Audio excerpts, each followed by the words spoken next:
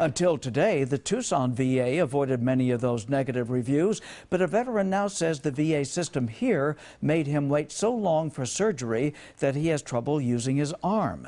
Charles Rich's doctors concede that he got lost in the paperwork and his surgery was delayed until almost 9 months after his shoulder injury. Night on Your Side's Craig Smith has been following this story. He is live in the newsroom.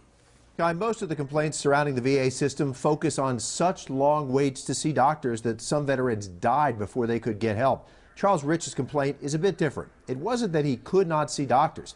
He says he saw them, but his surgery was still delayed for so long there finally wasn't much the surgeons could do.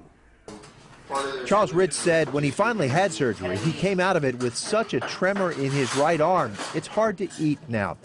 He says the Tucson VA gave him a special knife, fork, and spoon made extra heavy to help stabilize his arm, but they don't help. To me, it's just as bad as if I was doing it. He says horseshoes were a big part of his life. Bowling was too. But his arm can't make the right moves anymore. I'll tell you what, I call the suicide hotline quite often because I can't hardly deal with it. You know, I've been a sports person all my life. I can't go to restaurants anymore to eat because my hand shakes too much.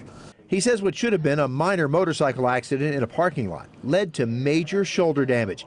He says the VA sent him to physical therapy, but the therapist said physical therapy was useless without surgery, and that took almost 9 months. Charles Rich says as time went on and his shoulder went unrepaired, the tendon shrank, basically retracted like a rubber band, and now his shoulder will never be right.